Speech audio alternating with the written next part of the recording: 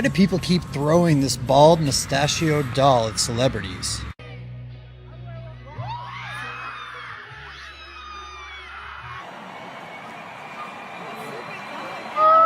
Is this Colonel Sanders? Kentucky Fried Chicken? Or is it the Monopoly Man? He's just a gentleman in a fine white suit. Yes, he is a gentleman in a fine white suit, but he's not the Colonel or the Monopoly Man. His name is Dr. Simi, the humble face behind nearly 8,400 pharmacies across Mexico, who has all of a sudden become an international superstar. If you're a local, you've known him for 25 years, since the pharmacy's inception, which often features a life-size Dr. Simi mascot shaking it outside the stores.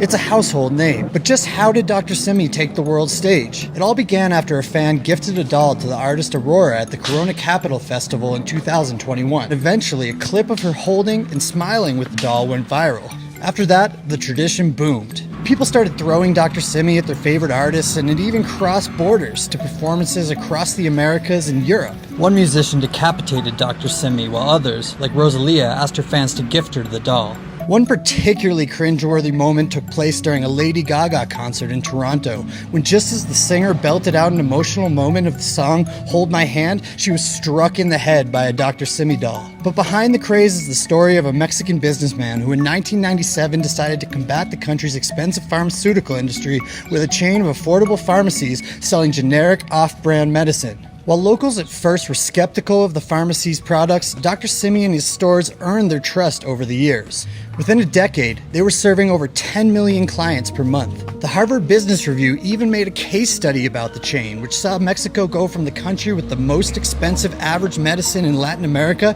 to the second cheapest of 6 major markets in the region in 2015. En México llega una farmacéutica buscando mejorar precios para la población mexicana, porque desafortunadamente en nuestro país no tenemos el mejor sistema de salud. Entonces llega este empresario mexicano tratando de hacer farmacias, ¿no? Entonces, pues también ellos dijeron, necesitamos como una mascota para esto, ¿no? Entonces se hizo al Dr. Simi. While people just accepted Dr. Simi as something that was part of their everyday lives, in November 2021, with that viral moment, everything changed. Farmacias similares lo ha hecho increíble, ¿no? El aprovechar este momento de viralización de su mascota. Yo creo que lo están haciendo de una manera sensacional.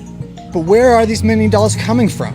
Here at the Dr. Simi factory, 90% of the staff are people with disabilities, and nobody was more surprised than they were when this global phenomenon took off with people throwing these dolls at artists around the world. En Simi realizamos el peluche del Dr. Simi desde el año 2007.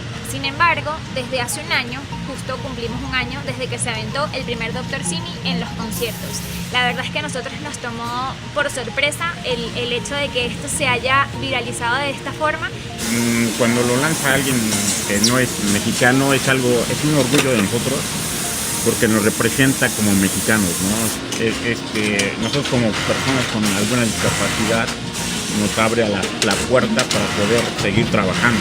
Eso es lo que nos hace a nosotros como un orgullo, aparte de ser mexicanos, ¿no? Now, with Dr. Simi dolls being thrown at nearly every concert in Mexico, demand is skyrocketing for the stuffed toys. The factory has boosted production from 30,000 a month to 35,000 a month, and have also hired 10% more people over the past year. Most recently, Dr. Simi traveled to Qatar for the World Cup to represent Mexico. And through these viral moments, Dr. Simi has even garnered more than 2 million followers on TikTok alone. Aparte de ser un producto mexicano, nos hace también representar que como personas con alguna discapacidad podemos hacer muchas cosas.